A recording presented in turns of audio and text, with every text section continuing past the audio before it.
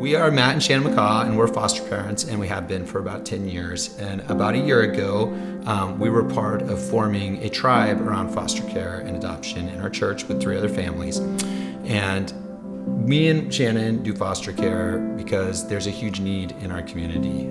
There are kids, lots of kids in Yamhill County that, for whatever reason, they can't be with their family anymore. Their family can't take care of them. They don't have relatives. They don't have friends of their family that can take care of them. They have nobody. In a real sense, these are orphans, the orphans in our community that have nobody to take them in. But we can take them in, and we feel like as Christians, we need to be the people that are taking these kids in. So that's why we do foster care. You know, you're doing something that God has directly called all of us to do. You're really feeling like you're doing God's work, and you can't go wrong there. So we've had 40 kids come through our home in the last 12 years, and it's been a real eye-opener for our family. We were able to adopt 2 of them. Our 2 youngest are adopted out of the foster care system. So it's taught our older kids a lot of compassion and nurturing, and kind of an eye-opener for them to see the goods and the bads of the system.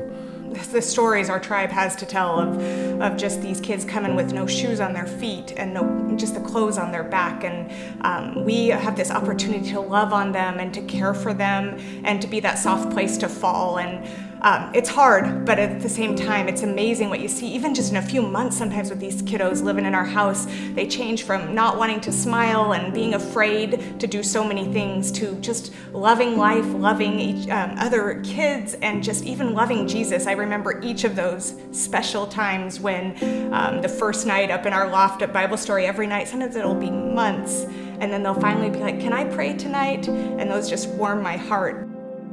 Most of the kids that come into care don't know attachment, and so our job as foster parents is to introduce what attachment looks like, and that looks like unconditional love, meeting them where they're at and their behaviors. And so you love hard and you give hard, and then you grieve hard when they leave. It's literally changed every aspect of our life. We've experienced our highest highs and our lowest lows, like in parenthood and in our marriage, in our faith. Right now, there's 29 non-relative foster families in Yamhill County, and it's not nearly enough. There's more kids than there are families to put them. All the families in our tribe have been full almost the whole year that we've been together. We're full right now, and you still get calls because DHS has no place to put them. Just last week, Shannon was out of town. I was home by myself with the kids, and DHS called knowing that I was full, that we had, our house was full, but they had 2 kids that they had no place to put them, and she was, flat out just said, "Matt, I'm begging you, can you take these kids?" And I couldn't, but it just shows the need, that there's a big need for safe homes for these kids. Yeah.